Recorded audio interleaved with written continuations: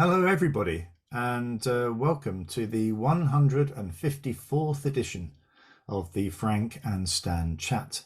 I'm delighted to say that Debbie Clinton is joining us today. Hello, Debbie. Good morning, Frank. Good morning, Stan. Lovely to Good see you morning. both. Yeah, Debbie, I don't know how to word this. Debbie and I go back a long way.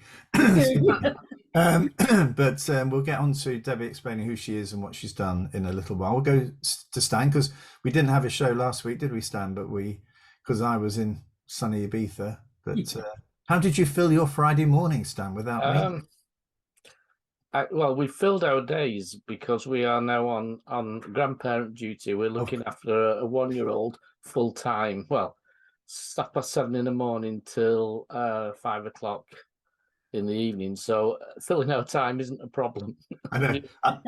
What would Ofsted early years inspectors consider the quality of the provision being offered? Have you got your curriculum plan and you're sort of managing things, you're progressing from one day to the next as they expect you to? I think that's probably sums it up, Frank. We're just getting from one day to the next. It's in the short period that we've been looking at him, he's crawling now, which he wasn't doing as well before. He's trying to stand up, he's clapping his hands, and so we'll take all those as signs that plus he's also had an ear infection and his MMR jabs, which left him with a rash. Oh so dear. He's been not well during that process as well. And I have to say that with so much stuff, some of which is very negative this week, to hear that sort of positive story about a little boy who's really, in a way, he's only 1 year old, but he's already had two lives, So, and it looks as though the second part of his first year is a much happier part than the first part. I don't know if you can see this if I hold it up. This sums up this week. All right, for those of you watching on the podcast, listening on the podcast, there's a little picture of a 1-year-old in a paddling pool, and there's more water splashing than there is in the pool, I think. Yeah. Okay, so Debbie, thank you for joining us. Do you want to just tell everybody who you are and what you've done and what you're currently doing? I should perhaps preface my comments with the fact that my 2.5-year-old grandchild is due to arrive at 10. Now they're on strict silent warnings. All the doors are shut. Yeah, that's a similar experience to what I've had every Friday morning. But yeah. My stepson is under clear instructions. No, good morning, everyone. It's really an absolute privilege to have been invited. Thank you so much. I suppose I should start now and then work back. I'm working at the moment as a freelance education leadership expert, rather grandly. And I'm far too busy, which I suppose is often the way, isn't it, when you think you're going to retire and it never kind of quite happens. So, but I do love it, and I'm not grumbling for one moment. So my life begins as a secondary history teacher. I trained under Ted Ragg, who was a wow. And I got to know Ted, God bless him, really well because I was part of the University Student Council in the particular education part, a kind of subcommittee, and Ted chaired that. So he was as amazing as he always appeared. By the way, is it worth for those slightly younger watchers and listeners to say that Ted Ragg used to write on I think it was the back page, I think it was, of the Times Educational Supplement. He did indeed. Every week, and he was funny, he was pointed, and actually at the time it felt as though, wow, what a brave man to be, truth to power all the time, and sadly he died a few years ago, but yeah, I mean, just left a real legacy though, didn't it? Yeah, massive. Yeah. And sorry to cut you off there, Debbie. No, of course. And the intellect of the man, and he was brilliant. He was an inspiration, and I hope that I've lived my career in his legacy. Really, he trained me well. So secondary history teacher, then went through the ranks like you do, and became a head in Middlesbrough in the northeast of England, where I now live. Not Middlesbrough, but I do live in the northeast. And had a whale of a time actually for almost 10 years. And yeah, we were really, really proud of everything we achieved for that community. And all the gongs arrived, the Ofsted outstanding judgments, and being mentioned in the House of Commons as a high achieving school, and having Michael Gove visit us when he was Secretary of State. Perhaps more of that later. Yeah. And just really happy, great days where, when schools get to a point where they just run themselves and they're just amazing places. So that was lovely. I then met Sir Michael Wilshaw, as you do, at a conference, and he was issuing that clarion call for strong heads to join HMI rather than CARP on the outside. So I did that, and it was brilliant. I was interviewed by Mike Cladingbowl, who another god in the world. And that was a fascinating recruitment experience, which really brought home to me, at that stage anyway, the real rigor at the heart of what HMI were trying to be and to achieve. Did about 2 years there, and then went off to be the chief executive of a multi-academy trust in Nottinghamshire, now called the Diverse Academies Trust, then called the Diverse Academies Learning Partnership. Did 3 years there, and loved that, but was asked to apply for a national role with the Academy Transformation Trust, which is a much larger, slightly bonkers structured, actually, multi-academy trust. You'd never allow it now. You'd never allow it now. A million years. Schools all over the place, and really interesting. And I got to my 3rd year there, and I decided that the travel, so personal reasons rather than professional, really dictated my then decision to leave, and to, as I said earlier, to retire. But that's just not really happened. And what I'm doing now is brilliant. And the diversity really fascinates me. So I'm involved in reviews of governance at trust level. I'm coaching chief execs, coaching head teachers, carrying out school improvement, advisory work, all sorts of stuff, really. And it's, I love that variety. But I have to say, and I think we've discussed this before, Frank, that the HMI honing, I thought I knew how to improve schools when I was ahead, and we did do an amazing job, but I really know how to improve schools now. And that was my HMI experiences. What years were you with the inspectorate? 20. I was trying to recall this. I left in 2015, so therefore 2013. Right. Yeah. So under Sir Michael. Yeah, shortly after I left. Okay. Right. Let's go to. Well, it's been a tumultuous week. You'll find out from what's caught our eyes this week. But Stan, are you going to start with perhaps a little something slightly closer to home? Yeah.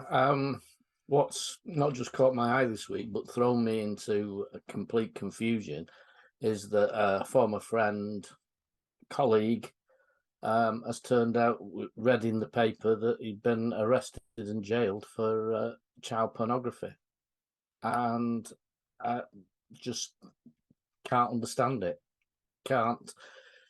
What it's made me feel is I can't judge anybody anymore, because there's absolutely nothing that I suspected that would have been wrong with somebody who worked in the education department in a local authority and was there on my appointment to headship.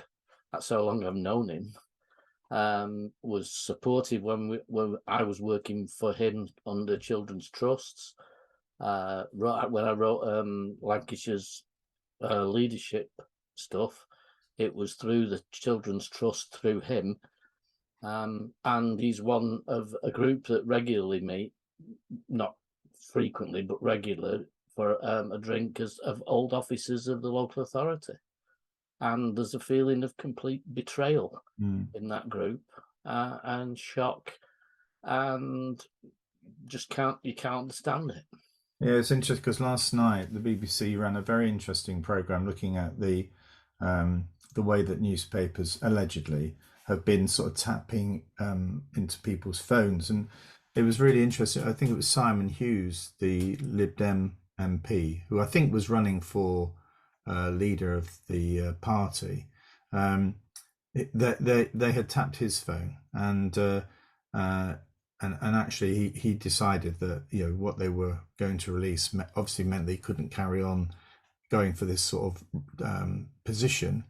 But for him, it was the fact that the information affected not just him, but it affected his elderly mother, his very close family, the extended family, all of his friends, and actually what he was accused of is not nowhere near as serious as what you were referencing. But it's just the sort of, I don't know, it's like a seismic wave goes through everything, and he found it brutal, and he still finds it brutal, just and so it's the impact on everybody else, isn't it? I mean, yeah, just that feeling of, well, I never knew you then, despite the fact that I would say I'd known you a long time, I never knew, and the people that I've worked with, who I really, really trust, who were closer to this person than I was in terms of working with this person, I've had to ring them up and they didn't know. And so I'm having a conversation when I'm feeling shocked, where I'm realizing the person I'm talking to is even more shocked and more hurt by it than anything else. That's horrendous. Yeah. I'm not going into the details, but the details are horrendous. Yeah. It's I'm venturing into stuff, thinking, things spinning in my head about things that have happened where I've been managing things, but it's probably best not to go down there. But I think two things. One is the shock of somebody you assumed was like yourself, and clearly is not. And then there's the, well, why didn't we know? Where were the clues that we should have known? Where, was there anything we should have been able to pick up and sort out much earlier? Yeah. And I don't think, well, I'm fairly sure there wasn't, but it was. It completely threw me for a week and a bit now. I just really struggle, and I have to say, I said a friend and a colleague, I was nowhere near as close a colleague as some of the people that I'm now talking to. Yeah. I was on the sort of periphery of. I worked with the guy on a few projects, but not full time like others were. Yeah. So horrendous. Yeah. Debbie, what's caught your eye this week? Oh gosh, equally bleak, really. Let's hope we base the tone later. I've been really affected by the Nottingham killings this week. I used to work in Nottinghamshire, I mentioned that earlier, and so it's a place that's close to my heart that I know well. And one of the victims, very sadly, was a caretaker at one of the schools of a very close colleague's multi-academy trust, and it brought home to me sort of two things really. The first one is that the fragility of some of the concerns we have in our society now, and then the second thing, the potential ramifications and impact for children and young people in that area, and the ongoing challenge of educators working in those areas. So yeah, terribly sad, and particularly because, of course, as with Stan's experience, although rather less disturbing, of course, because I wasn't close to it, really brings home to you the how dreadful things can be, and how close they can get to you sometimes. Yeah, very distressing. I think the other thing for schools is you want a sense of control, and when something like this happens, you have to accept that you can't control things as well as you thought you could. Indeed. I mean, I used to do training on critical incident in school, and talking to people who've been through it. That's one of the real issues, that you're suddenly not in control of everything that you felt in control of. And I do think that as a leader, that's one of the wounds that you get when something goes horrendously wrong that's completely out of your control. Definitely. I was in a coaching session with a head teacher recently, secondary head, and he had to immediately cut the coaching session because somebody had arrived on the corridor with a machete. And sorry, my dogs are going to bark. I do apologise. Oh, right, it's fine. We've had worse than that. I think we've had And we had rabbits scurrying. I think we've had a variety of pets. Yeah. So sorry. All right. Yes, and that, people. I don't think sometimes the wider public, and it's not their fault. I'm not blaming anyone for this, but they just don't understand what people are dealing with sometimes in these sectors, do they? Because it's just so you really can't quite believe what's going on sometimes. Yeah. No, when I used to run these courses, we brought people in who'd experienced things, and there was a head of a primary school where, really sadly, a child had passed away in a sports event, and she said, "What you can't get your head round is the fact that I'm dealing with a child who, at the time, didn't know that they were about to die." But at the same time, somebody's saying, "Well, nobody's put the orange juice out on the table for the race. Who's organising that?" And a parent coming to and all this, and then the next thing, she's interviewed under caution from the police. Mm. And 6-7 o'clock at night, you're interviewed under caution for something that's completely out of your control. Just to lift it a little bit, because I went to our eldest granddaughter. She's 11. I'll give her we call her Els Bells, but she's called Eleanor. Went to her final sports day at primary school on Tuesday, and it was really interesting. My daughter, who's been a guest here, she teaches in year 2 in a very different area, and Philippa, the teacher who was coming along with us, said everything was so polite. Everybody was so polite. There was sort of gentle applause as the child ran down to win the egg and spoon race, holding the tennis ball clearly with their hand. On everybody gently. Nobody.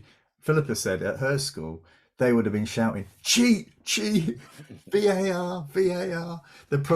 She said there would have probably been a bookies office, so somewhere over here where there was some betting going on, even if it was sort of, but it was just that sort of contrast between where, your reality of life as it is, and particularly when you become like I have now, partially retired, you sort of, you hunker down a little bit, and we live in, a fairly quiet area, unless I do this work in Blackpool, unless I do this work in other parts of the north, you can easily get into this sort of everything's fine. There are no challenges there. These sorts of things that happen in Nottingham, these sorts of things, they don't really concern us, because we're okay. And I think it's this thing that I think I got when I went to Scandinavia in the summer. And you think, well, actually, there is a different way of doing this. There seems to be. That's not saying that they haven't got these challenges, but actually there's more of a support network around these things, as if society is saying these things will happen unless we actually put something in place to help them not happen, to reduce the chances of them happening. And it's depressing, isn't it, really? The first 2 stories, and we're going to get now to the major event of the week. Probably the major event of the decade. In fact, it's probably the only time in the history of English Parliament that the Prime Minister or former Prime Minister has been told that they will be suspended for 90 days for continual. Well, they never used the report. I don't know if you've read it, but it's a fascinating read, I have to say. Never used the word lie or lying. But they find a host of other words to make the same point. And actually, what is interesting is that I read I think it was in the Times earlier this week or at the weekend, a letter from John Clawton, the master at Eton College. Did you read it? For those that didn't, I'll read it.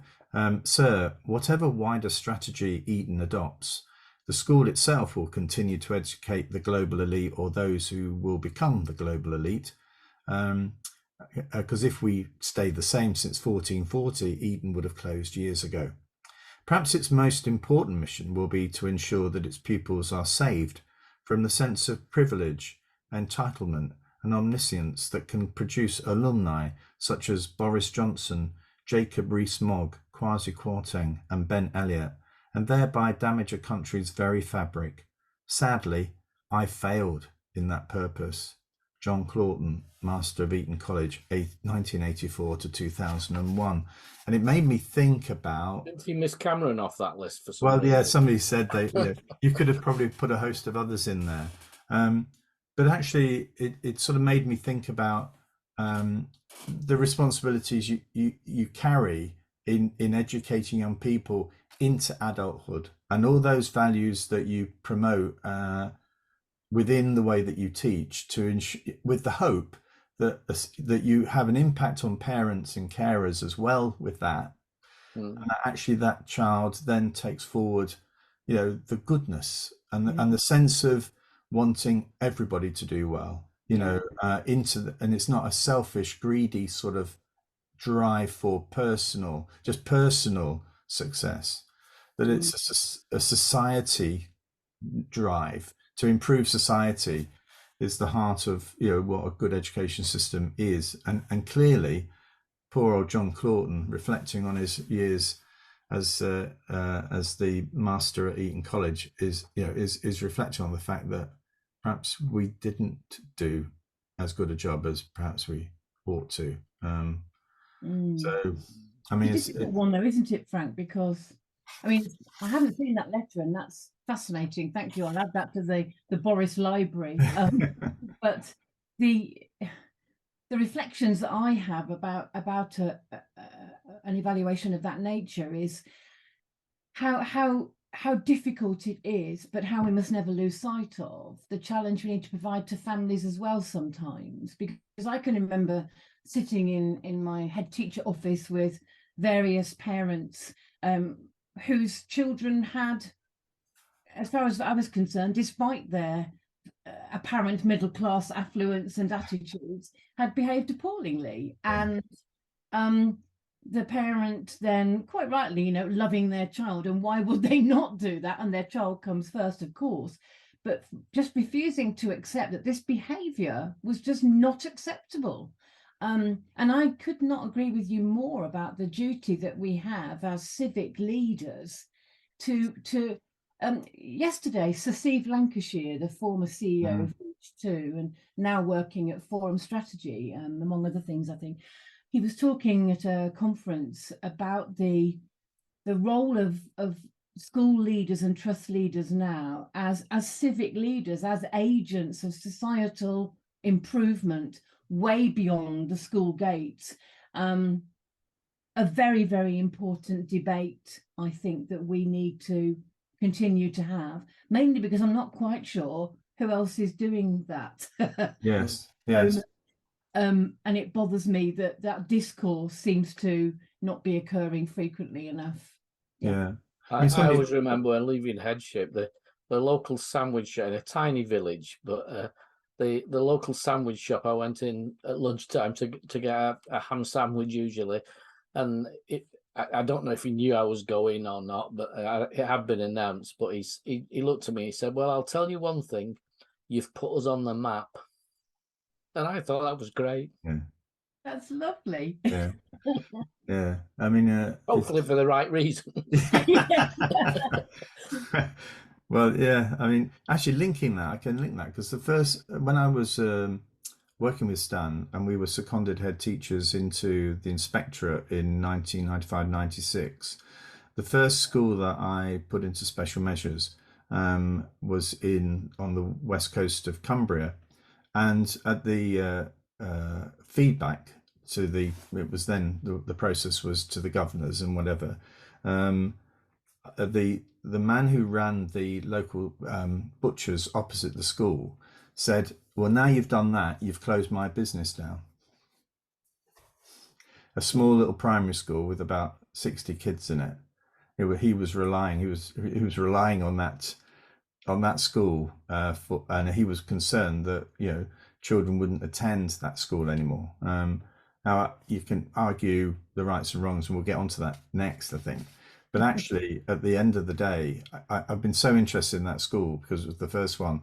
But I don't know whether the butchers are still open, but the school certainly is.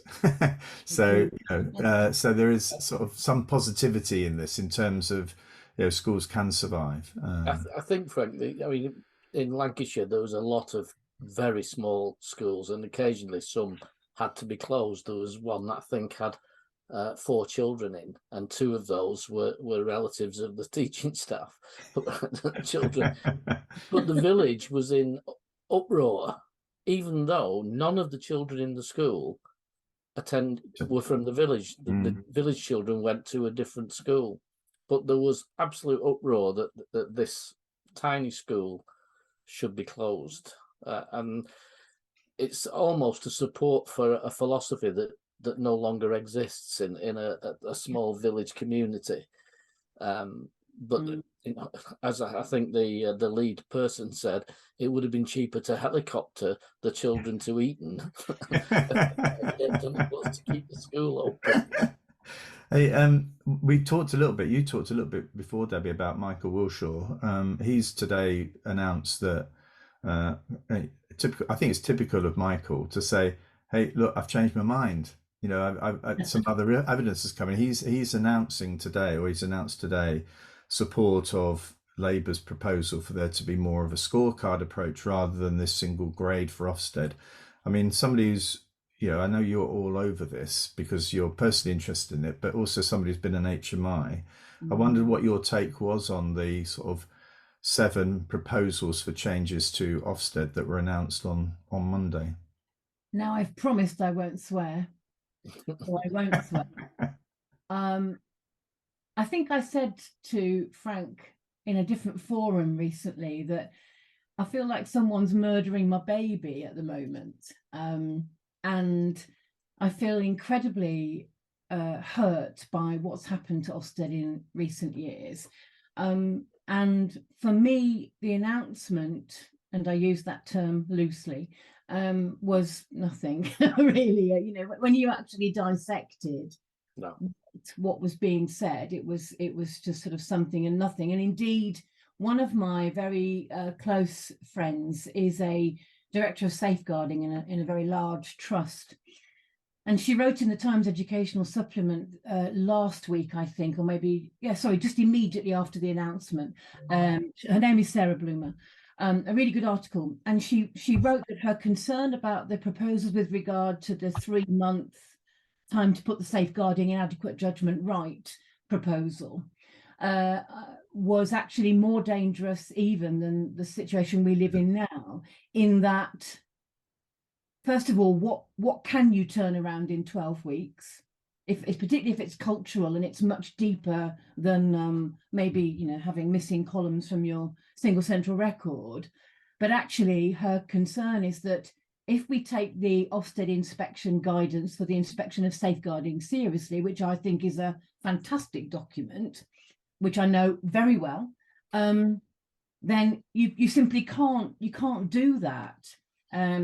For me, though, I worry that Ofsted inspects safeguarding at all. So there you go. Let's chuck that point into the room. I was worried then because I thought it's definitely Ofsted's job to do that. No. I mean, my view is always that that should be an annual audit. I don't see how you can argue that Ofsted should do it when then Ofsted don't come for 3 or 4 years. Because if something's wrong, it has to be dealt with immediately. Indeed. And the last time I checked, the framework was called an education inspection framework. Yeah. Not a safeguarding or a social care inspection framework. So, but of course, if you say that in public forums, oh, you don't care about children, you don't want to keep children safe. Oh, yes, I do. I think we'll keep them safer by Ofsted not getting involved in all of this. And apart from anything else, how much of the Ofsted workforce actually is able to effectively inspect? Exactly.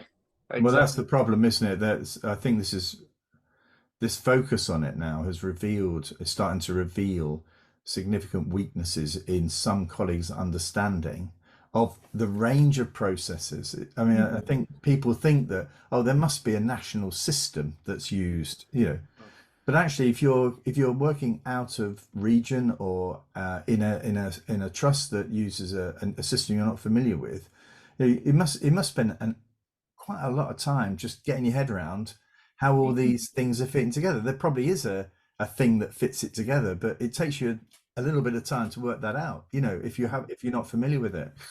So would it be much easier though if there was an annual audit undertaken by experts in the field, and that report was shared with Ofsted at the point of inspection.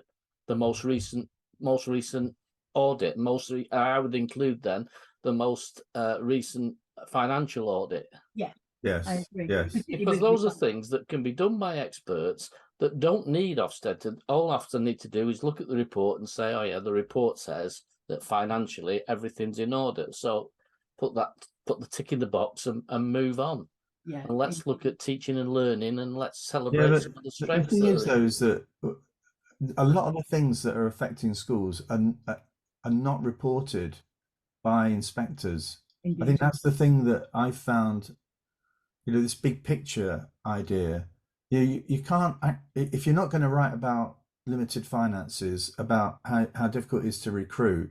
There are perhaps even issues around attendance, suspensions, exclusions, morale. If you're not going to write about that, Yeah. you've really got sort of a report that can't look at the big picture. Yeah. If you're not going to write about it, and actually then I think, and this is where I think the chief inspector's got herself in a pickle, is unlike Michael Wilshaw, who I think probably would have told the Secretary of State that's not going to work while I'm chief, that's not going to work. We've got a fairly compliant HMCI, and if we're going to hold truth to power and report to Parliament, which is what they used to do that, and it used to mean quite a lot. But if actually what we're going to report on is stuff that actually is the less contentious stuff, the stuff that really people should know about, but could be a little bit embarrassing to the government, We're actually reporting on compliance, aren't we? That's what the Ofsted report now does. These are the things that the DfE have said should and could be done. So we check to see if you're complying with those. Whether or not the evidence to support them that they're the best thing to do for children seems to be irrelevant now.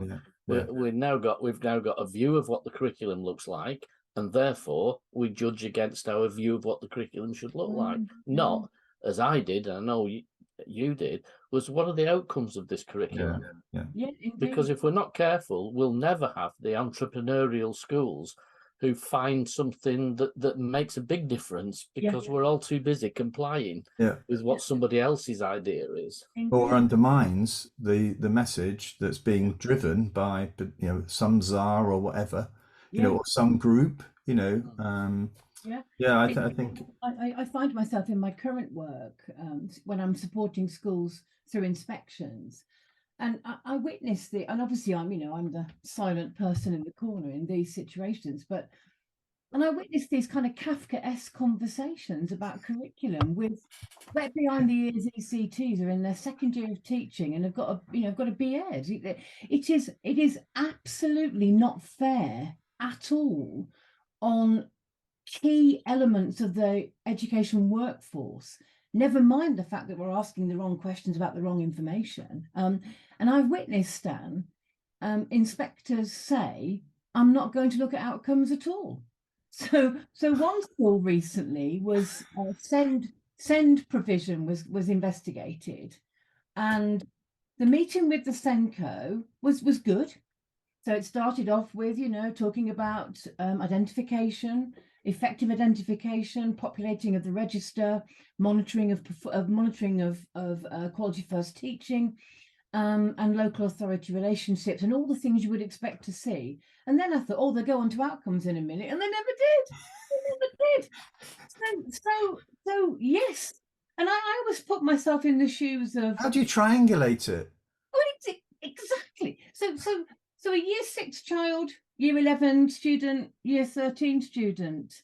I hate to be disparaging, but I don't think they really care about their curriculum. They just want to make sure they're qualified to go on to the next stage. And that's a bit disparaging, and I perhaps shouldn't be quite so brusque about it. But it is, we're just done a baby and bathwater thing, and it really concerns me. And it's a classic intellectuals framework, and it's not a pragmatic framework that, as you both have said, needs to flex to context and needs to flex to locality and all the things that the best fit concept tries to do. Yeah. And I mean, mine at the moment is small schools and deep dives. Oh, Special schools and deep dives. Yes, oh, Nursery schools and deep dives. yeah. bless I them. mean, I sort of say, right, I can't know enough then to understand the subject in a nursery school, a deep dive in a subject Yeah. in a nursery school, which one of our or several of our nurseries have undergone recently, and it's bizarre. Yeah. I mean, one's still not been published yet, so I have to be careful. But I do know that the lead inspector wasn't sure how to fill in the early years bit, because the entire inspection of an early years setting, he didn't know what he would put in the early years bit. I think I know that I saw a video this week. It's been around for a while, and there is it's a table tennis match between sort of quite an elderly guy who obviously played table tennis for years, and a much younger guy who's playing table tennis against him. And the elderly guy is just standing there and he's just going like this, and the other guy on the other side, and the rally goes for about 40 shots. He's tearing around all over the place, you know. And actually what it is though is that it's just, you know, experience, you know, over sort of qualification. And I think one of the things I gained from my time with Stan, inspecting those schools in Cumbria and Lancashire in the mid-90s, but then those, what was it, 11 years of HMI, is you just see so much more. And actually when you're the best fit is much easier when you've got that full range. But if your understanding of your experience of provision is so narrow, you know, and these may be very successful head teachers, but it's all come through a single trust, or it's all come through the same area, the same town, the same sorts of communities. Actually, you put yourself outside the radar, you know, on the radar screen, you're well out of your comfort zone, you know. So I feel that we need to reestablish that HMI standard, and actually make sure that the people that are inspecting have got a sufficiently wide experience, and not just on the qualification, you know, Yeah. outstanding head teacher of Yeah. or a chief executive of the favoured multi-academy trust. I mean, that in effect is not going to help you when you're inspecting a maintained nursery in Workington. It's But probably this not going to takes help us you on, much. it takes us to the workforce conversation again, doesn't it? Because I recently had reason just to check the HMI person spec.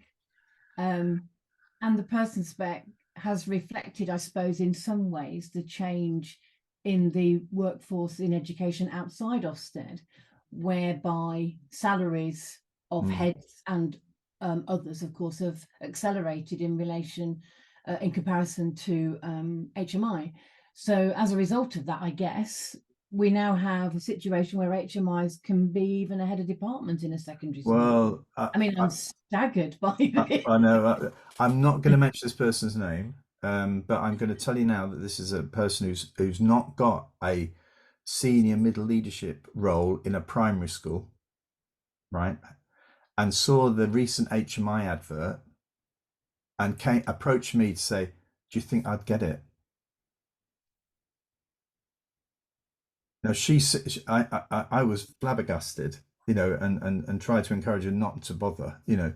But actually, that application, that process, they're scraping so low down. You know, I mean, I'm not seeing the barrel at the lowest. This is not about quality. This is just about that experience. You know, if that advert is suggesting that somebody with that level of experience and knowledge thinks they can apply. Now, I suspect they wouldn't get the job. Don't get me wrong, but you know, imagine reading that. I think that's probably not a job for me. If the HMI advert said that, I think I'd probably think, well, but for me, it was always the pinnacle. It was the Yeah, I was going to say and I don't think anybody in teaching plans the career as well as this, but the sort of progression was teacher, deputy, head teacher, local authority advisor, HMI. Yeah. That was the the route. And there was the route off to university to do teacher training if you Yeah. wanted to do more academic stuff. There was always that route. Yes. Now, Yeah. what is the route then? Well, it looks like it's teacher to HMI if you want to Yeah. go that way. Yeah. Yeah. And I guess given that context, the grave concern I have, hence the murdering of my baby metaphor, is that we have such a high stakes system that we are giving apparently significant power to really quite inexperienced people to make these life-changing judgments for communities, which is really, really quite scary. So the first question was, what about the announcement? The announcement is I hope the beginning of the conversation, and I'm delighted the Education Select Committee have now announced that they wish to hold a wider review, which can only be a good thing in my view. And I'm pleased that a group of former HMI have agreed to come together to make a submission to the Select Committee, because I think it's better that that's done as a group of people as opposed to it being done on an individual basis. And having submitted various reports to Select Committees, it's only they so heavily focus on the comments made by people who sit in front of them. So they very rarely reference, a written submission. It's a significant weakness, I think, in the process. But they are drawn by the face-to-face conversations with people. So obviously, we're going to do our best to try and get in front of that Select Committee if we can. But anyway, Debbie, we always end these conversations with, if there was one thing that you wanted to do to change, what would it be? Oh gosh, how long have you got? I remain very concerned about the way in which wider accountability works in our country in the education system, because it disenfranchises so many young people, and also, of course, can be a bit of a bullet for our profession. So I'm thinking, for example, the nonsense of average scores and the use of progress aid and the lack of contextual information. You remember the lovely, good old contextual value-added data sets? They were flawed. At least they were an attempt to try to recognise context. So I think that I'd like to see some significant conversations around the way in which the Northern Powerhouse, for example, have begun talking about how they could reform the way in which accountability could become more meaningful and actually more accurate as well. Because at the moment, I just don't think it gives us a real flavour of what the nation's children are actually capable of. All of the nation's children. So that would be a little bit techie and geeky, I'm sorry, but I think no, that's fine. No. Because I think the problem is when you say that out loud, you're immediately accused of lowering standards and not. It's not fair for you're putting a glass ceiling on what these children can achieve. And I'll guarantee that anybody who has that approach has never worked in a school in a disadvantaged area. Yeah. and see what you can achieve, but some things are not achievable. Yeah. And also things are progressive. Yeah. As if the system favours those that already got the advantages. And sometimes we need a mechanism which actually identifies children's progress and also the progress of schools in a more granular way, because you can get, I can tell you now, I could probably turn a school around in a couple of years, but I'd probably have to dismiss all the stuff and change everything, probably get rid of some of the kids, but I can do that. But actually that's not, for me, that's not good stuff for society. We need a mechanism that identifies improvements, both in the organization and in the children, and actually celebrate that, because as was it Nelson Mandela or somebody said, the long journey begins with the first step. We've just lost it. We feel as though you've got to have achieved it, and if you haven't achieved it, then you're less than good.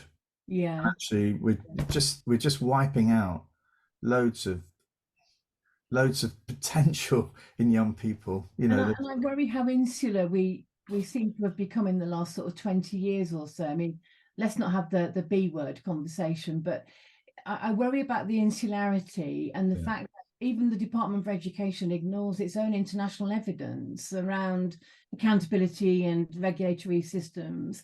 And I just think we miss tricks when we don't look at our international neighbours closely and think about, well, why do countries like Scandinavia have less crime and smaller prison populations? And well, I think we probably all know why, but let's just try to learn from those jurisdictions, right? Yeah, and there lies some very painful messages for the government, I'm afraid. Really. Anyway, I'm wearing my Ukraine t-shirt. It's a what? It's a Ukraine t-shirt. Respect, Mr. Norris, respect. Yeah. So, and actually, I think I really want to. The reason I wore it is that we've tried before to try and get a couple of, or at least one, currently serving Ukrainian teacher to come and join our chat. Just to get an understanding about what sort of challenges are you facing on a day-to-day basis in your school, not to get into the politics around Ukraine and Russia, but just to get a sense of that. So I've worn it today, and a plea to anybody who knows anybody who could connect us with somebody in a Ukrainian school, so we can chat about some of those challenges and how their young people are feeling, how they're feeling. So yeah, if you know anybody who can connect us, we've tried a couple before which have landed, have fallen. They've just not reached where we want to get somebody. So if you know of anybody, please can you reach out to us and connect us with them? We'd love to have them on as a guest. Mm-hmm. So Debbie, thank you so much for your time. Thanks, it's been Debbie. a slightly longer chat, which I've really enjoyed. And I think Boris Johnson got off lightly there. Would you have made it? Would you have made it? I mean, I would have. I think 90 days, just to say. It's like it's edition 154, and of 130 of those, we must have had a big thing about truth and honesty, and it was the big one. But there were more things that we needed to talk about. I know. Yeah, it's interesting the way that they're trying to, it's pretty shameful though, the fact that you agree to this committee, and then when you don't get what you want, you call it a kangaroo court. I think if we're honest though, Frank, that's what everybody does, isn't there? I mean, I'll probably annoy a lot of head teachers now, but I don't know a school that's outstanding that didn't have a really thorough inspection. Yeah. Really harsh. I don't know a school that got into trouble that didn't have a useless team inspecting them. So we're all in that. Every interview that I've not got, it's definitely been the fault of the panel not understanding. Oh dear. Well, at least we've ended with a smile. So absolutely. Thank you, everybody. Thank you, Debbie. Thank you, Stan. And thanks. All being well, we'll be back next Friday for the next edition of the Frank and Stan Chat. Bye-bye, everyone. Bye-bye. Thank you.